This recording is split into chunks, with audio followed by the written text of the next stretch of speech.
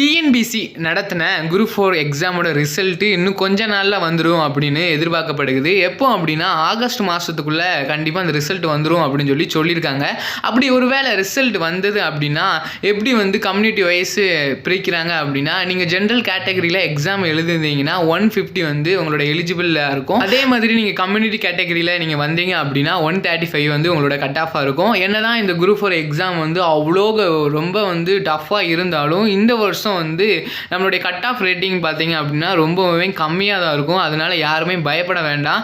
என்னதான் எக்ஸாம் நிறைய கோரிக்கை வச்சுருந்தாங்க, ரீ எக்ஸாம் கண்டக்ட் பண்ணுங்க அப்படின்னு சொல்லிட்டு எல்லாருமே ரொம்ப பயமாக இருந்திருக்கும். கடின உழைப்பு என்றைக்குமே வீணாகாது. அதனால எந்த எக்ஸாம் கவலைப்பட தேவையில்லை. இந்த உங்களுக்கு எக்ஸ்பீரியன்ஸாக இருக்கும்.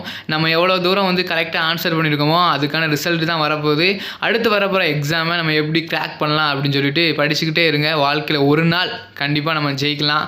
இந்த வீடியோ பிடிச்சிருந்துச்சு அப்படின்னா லைக் பண்ணுங்கள். இதே மாதிரி வீடியோ வேணும் அப்படின்னா மறக்காமல் நம்ம சேனலை சப்ஸ்கிரைப் பண்ணி வச்சுக்கோங்க.